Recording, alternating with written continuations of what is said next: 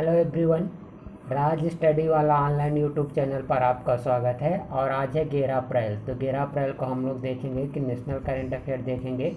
और national current affair के साथ साथ हम लोग देखेंगे इसमें एमपी का करंट अफेयर देखेंगे। और इतने एक नंबर के इसमें जितने भी जैसे दैनिक भास्कर और द हिंदू में जितने भी आईएमपी इसमें आर्टिकल होंगे, सभी आर्टिकल को हम लोग इसमें कवर करेंगे।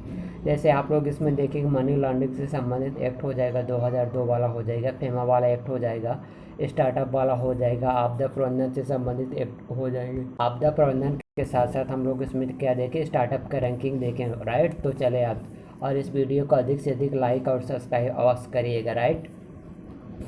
तो आप लोग देखें स्टार्टअप स्टेट स्टार्टअप रैंकिंग 2021 में यदि आप लोग जब देखेंगे, इसमें एमपी के स्थान जरूर आप लोग याद रखिएगा। तो यदि आप लोग स्टार्टअप रैंकिंग देखें तो नीति आयोग के द्वारा जारी किया जाता है। तो बेस्ट परफॉर्मेंस स्टेट के रूप में कौन से राज्य है, तो आप लोग देखेंगे इसमें गुजरात रहेगा, पहले नंबर पर गुजरात रहेगा। मंगला आप लोगों को आर्टिकल दिखा, वो आगे देखते हैं। तो ओके, इसको याद रखिएगा कि वर्ल्ड एंटी डोपिंग एजेंसी के रूप में आप लोग देखें कि आखिरकार एजेंसी क्या है, और एजेंसी की आप देखेंगे कि मूल ऑब्जेक्टिव या मूल उद्देश्य क्या है। तो आप लोग जब देखें इसकी स्थापना आप लोग जब देख कब होती है, 1999 में इसकी स्थापना हो जाती। इसका हेडक्वार्टर आप लोग याद रखें, हेडक्वार्टर आप लोग जब देखें कनाडा में है। वही वाडा के साथ साथ आप लोग याद रखेंगे एक हो जाता है नाडा। अब नाडा क्या होता है, नाडा के बारे में यदि आप लोग जब याद रखेंगे तो ये क्या है, नेशनल एंटी डंपिंग एजेंसी। और इसकी स्थापना कब हुई थी दोस्त, इसकी स्थापना आप लोग जब देखेंगे 2005 में इसकी स्थापना हुई थी। और इसका हेडक्वार्टर यदि आप लोग जब देखेंगे कि नाडा के हेडक्वार्टर का है, तो जहाँ तक मुझे पता मद्रास यानी चेन्नई में है, राइट। और इसका काम में रहता है इस प्रकार मान के चलिए कि जैसे कोई व्यक्ति एक ऐसे इंसान है कि जो कि मेहनत के बल पर अपनी गवर्नमेंट नौकरी की मेहनत के बल पर सरकारी नौकरी की तैयारी कर रहे हैं। वहीं कुछ लोग ऐसे कि आप लोग जब देखें करप्शन के बल पर आप लोग देखें की नौकरी ले रहे हैं। इसी प्रकार के जैसे नाडा और वाडा रहती, तो उसी प्रकार के जैसे खेल संस्थान में रहता, मान के चलिए ऐसे भाला फेंक वाला या दौड़ वाला किसी प्रकार का गेम हो। तो इसमें क्या रहेगा कि जो कुछ ऐसे व्यक्ति जैसे पर्सन हो जाते ना, तो क्या करते कि जब मान के चले कि हाँ जैसे जब जाएंगे तो कोई मतलब ड्रग्स ले लेंगे, जब ड्रग्स ले लेंगे तो उनकी बॉडी में इतनी पावर आ जाती, उनके सामने कोई खिलाड़ी जीत ही नहीं पाता। तो इसीलिए क्या है, उसको कंट्रोल करती है एंटी डोपिंग एजेंसी के रूप में, राइट। वर्तमान में देखा गया कि जो वर्ल्ड एंटी डोपिंग एजेंसी के द्वारा जो इंडेक्स जारी किया गया है, तो इंडिया का इसमें प्रथम स्थान आया है। अगला आप लोग जब देखें सेंडाई फ्रेमवर्क को आप लोग याद रखिएगा।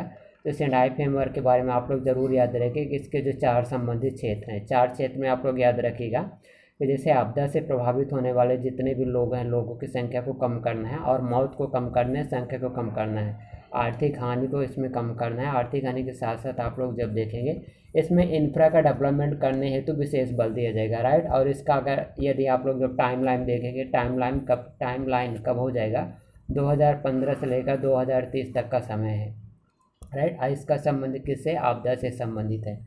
वहीं अगला आर्टिकल पर यदि हम आप लोग जब मूवमेंट करेंगे तो अगला आर्टिकल देखेंगे, अगला आर्टिकल कौन सा है, तो अगला आर्टिकल याद रखिएगा जैसे CDRI के बारे में। CDRI के बारे में याद रखिए कि CDRI जैसे है CDRI, तो CDRI के बारे में आप लोग याद रखिएगा।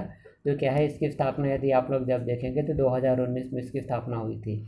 वर्तमान में जैसे और 2019 में स्थापना होने के साथ साथ आप लोग जब देखेंगे रेगू स्थापना होगी। इसका जो आप लोग हेडक्वार्टर देखेंगे, हेडक्वार्टर के बारे में इसकी स्थापना कब हुई थी, तो संयुक्त राष्ट्र जलवायु कार्रवाई शिखर सम्मेलन के दौरान 2019 में इसको शुभारंभ किया गया था, श्री गणेश किया गया था। और इसका मूल ऑब्जेक्टिव क्या रहेगा, इसका मूल ऑब्जेक्टिव यही है, इसका मूल उद्देश्य रहेगा कि जलवायु और आपदा जोखिम के दौरान क्या रहेगा कि बुनियादी ढांचे के डेवलपमेंट करने हेतु लचीलापन लाने का लक्ष्य टारगेट रखा गया था। और सबसे मेन मुद्दा इसमें है कि इसका आप लोग जब देखिए इसका हेडक्वार्टर है, तो हेडक्वार्टर के रूप में यदि आप लोग जब देखें हेडक्वार्टर इसका का न्यू दिल्ली में इंडिया में है इसका, राइट। तो इसको ज़रूर आप लोग याद रखिएगा। और अगले आर्टिकल पर यदि आप लोग मूवमेंट करेंगे तो अगले आर्टिकल में हम लोग देखेंगे ये हो जाएगा सुविधा पोर्टल। ये सुविधा पोर्टल क्या काम करेगा, तो सुविधा पोर्टल के रूप में यदि आप लोग जब देखेंगे तो सुविधा पोर्टल कौन कौन से काम करेगा, तो इसका निर्माण किसके द्वारा किया गया। सुविधा पोर्टल का निर्माण आप लोग जब देखेंगे इलेक्शन कमीशन ऑफ इंडिया के द्वारा किया गया सुविधा पोर्टल का निर्माण। अब इसके अंतर्गत क्या किया जाए कि 24 मल्टीप्लाई इंटू 7 मतलब 24 घंटे और 7 दिन यदि आप लोग जब देखेंगे तो जैसे इलेक्शन कमीशन ऑफ इंडिया के द्वारा क्या किए गए, एक सुविधा पोर्टल प्रदान किए गए। यदि आप लोगों के आसपास है जानकारी में किसी प्रकार की, जैसे आप लोग जब देखेंगे जैसे धन के बल पर कोई मतदान वोट मांग रहा है, तो किसी अवैध प्रकार से यदि मतदान से संबंधित मतदाता जागरूकता नहीं है, तो अवैध रूप से यदि कोई मतदाता को प्रभावित करता है ना, तो उसको आप लोग इसमें जानकारी दे सकते हो, तो इलेक्शन कमीशन ऑफ इंडिया के द्वारा उसके खिलाफ क्या एक्शन ले सकता है, राइट। ये इसका प्रमुख काम रहेगा। और इलेक्शन कमीशन के बारे में आप लोग ये रखिए कि जैसे सुविधा पोर्टल का निर्माण करेगा तो ये क्या है, इसका मूल ऑब्जेक्टिव यही रहेगा। इलेक्शन जितने भी इंडिया में इलेक्शन होते हैं, इलेक्शन में रहते हैं, तो इलेक्शन में क्या रहता है, ट्रांसपेरेंसी लाने के उद्देश्य से इसको लॉन्च किया गया था, राइट। और अगले आर्टिकल में देखेंगे इंडिया में स्टार्टअप इकोसिस्टम के बारे में ज़रूर याद रखिएगा। स्टार्टअप के बारे में यदि आप लोगों को मैं बता दूं, स्टार्टअप का मतलब क्या होता है कि स्टार्टअप मतलब ये रहता है कि स्वयं का व्यवसाय शुरू करना ही स्टार्टअप कहलाता है। यदि इंडिया में आप लोग जब देखें वर्तमान में इंडिया का जो विकास दर है, तो वर्तमान प्रत्येक वर्ष का विकास दर यदि आप लोग जब देखेंगे कि 15% है, जबकि आप लोग जब इनक्यूबेटर और एक्सीलरेटर के जैसे संख्या की आपूर्ति में आप लोग जब देखें 11% की इसमें वृद्धि हुई है। अब इसी के साथ साथ आप लोग ये भी देखेंगे ना, जैसे महिला उद्यमी के लिए आप लोग जब देखेंगे विगत 2 वर्षों में देखेंगे 10 से 11% से बढ़कर महिलाओं की भागीदारी कितने परसेंट हो गई है, इसमें 14% हो गई। इसको भी आप लोग याद रखिएगा। जो MPPSC के पेपर नंबर 4 है, पेपर नंबर 4 में अब जो जरूर दिया गया है इंटरप्रेन्योरशिप, तो इंटरप्रेन्योरशिप को ज़रूर आप लोग याद रखिएगा। वर्तमान में आप लोग जब देखेंगे 2019 में स्टार्टअप जीनोम प्रोजेक्ट रैंकिंग जारी किए गए थे, जिसमें आप लोग जब देखेंगे कि जैसे बंगलोर रहा, तो दुनिया में बंगलोर को क्या रहा कि 20वां स्थान 20 अग्रणी स्टार्टअप शहरों के रूप में सूचीबद्ध किया गया था। इसी के साथ आप लोग ये भी देखेंगे कि जो स्टार्टअप के रूप में है, तो स्टार्टअप के रूप में गवर्नमेंट के द्वारा कुछ इनिशिएटिव चालू किए गए हैं, और 16 दिसंबर को क्या मनाया जाता है, स्टार्टअप दिवस के रूप में सेलिब्रेट किया जाता है। इसको भी याद रखिएगा। अब इंडिया में क्या रहेगा, इनिशिएटिव को ज़रूर आप लोग याद रखें। इनिशिएटिव फॉर प्रमोटिंग स्टार्टअप को बढ़ावा देने के उद्देश्य से कौन कौन से चलेंगे, तो आप लोग जब देखेंगे आत्मनिर्भर भारत की शुरुआत की गई थी, मेक इन इंडिया कार्यक्रम की शुरुआत की गई थी 28 अगस्त 2014 को। स्टार्टअप इंडिया प्रोग्राम की शुरुआत की गई थी। Stand up India digital platform होगा, स्टार्टअप ग्रांड चैलेंज हो गया, अटल इनोवेशन मिशन के बारे में आप लोग याद रखिएगा। इसी के साथ जैसे अटल टिंकरिंग लेबोरेटरी हो जाएगा, वो भी इसी के लिए है। और अगला आप लोग जब देखें जो प्रोजेक्ट चुनौती के रूप में इसको भी याद रखें, national initiative for development and harnessing innovation इसको भी याद रखिएगा। स्टार्टअप इंडिया एक्शन प्लान के रूप में इसको याद रखिएगा। Ranking of state on support to startup ecosystem इसको भी याद रखिएगा, RSSE के रूप में याद रखिएगा। फंड्स फॉर स्टार्टअप के रूप में FFS को आप लोग याद रखिएगा, राइट। और 16 दिसंबर को स्टार्टअप दिवस के रूप में मनाया जाए, तो उसको भी याद रखिएगा। और बिजनेस टुडे के रूप में यदि आप लोग जब देखेंगे स्टार्टअप रैंकिंग 2021 में यदि आप लोग जब देखेंगे, तो इसमें इंडिया का ज़रूर आप लोग स्थान रखेगा कि इसमें जैसे इंडिया में कौन से राज्य इसमें शीर्ष टॉप पर हैं, टॉप स्टेट के आप लोग याद कर रखिएगा।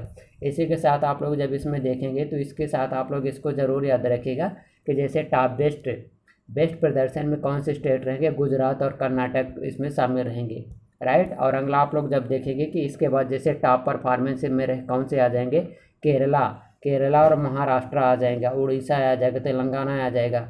लीडर स्टेट के रूप में किसको शामिल किया गया है, तो लीडर स्टेट के रूप में यदि आप लोग जब देखेंगे, तो लीडर स्टेट के रूप में किसको शामिल किया गया है दोस्त, लीडर स्टेट।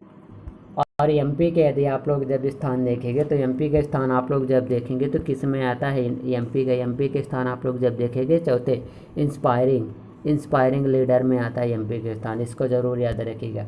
फिर अगला आर्टिकल पर यदि आप लोग मूवमेंट करेंगे, तो अगले आर्टिकल में देखेंगे जैसे ये है preventive of money laundering act के बारे में याद रखिएगा कि PMLA जो एक्ट रहता है तो कब पारित होता है, तो इसको आप लोग जब देखें कब पारित किया जाता है, 2002 में इसको पारित किया जाता है। अब जैसे आप लोग ED नाम सुने होंगे, ED, तो ED पावर कहाँ से मिलती है, तो ED को जो पावर के रूप में आप लोग जब देखेंगे PMLA एक्ट 2002 के माध्यम से मिल जाती।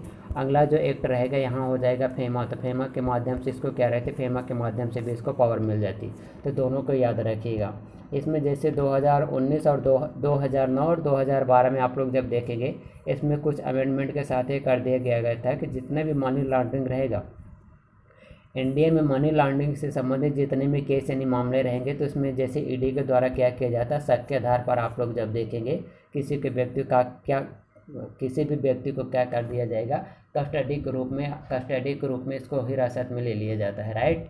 इसको ज़रूर याद रखिएगा। जैसे वर्तमान में आप लोग जब देखें केजरीवाल जी को क्या कर दिया गया, वही ECP money prevention of money laundering act 2002 के अंतर्गत आप लोग जब देखेंगे शामिल कर दिया गया है। अभी केजरीवाल से संबंधित अगला अटका रहेगा तो उसको भी शुरुआत करेंगे। ये वही अटका लगा, ये है केजरीवाल जी से संबंधित, तो इसको आप लोग याद रखिएगा। तो जैसे Kejriwal to remain in Tihar jail as Delhi high court dismiss petition challenge ED arrest के रूप में। तो दिल्ली हाई कोर्ट के द्वारा क्या बोला गया, दिल्ली हाई कोर्ट के द्वारा जैसे जब बोला गया है तो जो ED के द्वारा अरेस्ट किया गया है, तो ED को उसको पावर है भाई, उसके खिलाफ हम लोग नहीं बोल सकते। आखिर का मामला अभी तक ये है कि मतलब इसमें जितने भी जानकारी है तो अभी इनके खिलाफ नहीं है कि ED के से अलग रहे, इसलिए आप लोग जब देखेंगे तिहाड़ जेल में आप लोग जब देखें इनको जेल में बंद कर दिया गया है। अब आप लोग जब देखेंगे कि उनको आखिरकार कस्टडी में कब ले गया था, तो 21 मार्च को क्या कर दिया, इनको कस्टडी के रूप में गिरफ्तार कर लिया गया था। वर्तमान में है तो कहाँ पर भेज दिया गया, इनको जेल के रूप में भेज दिया गया। इनके खिलाफ जो मुकदमे का जो मेन मुद्दा है तो उसमें जो आप लोग जब देखेंगे तो कौन सा स्कैम रहे, तो आप लोग ये वाला स्कैम को ज़रूर इसकी याद इसमें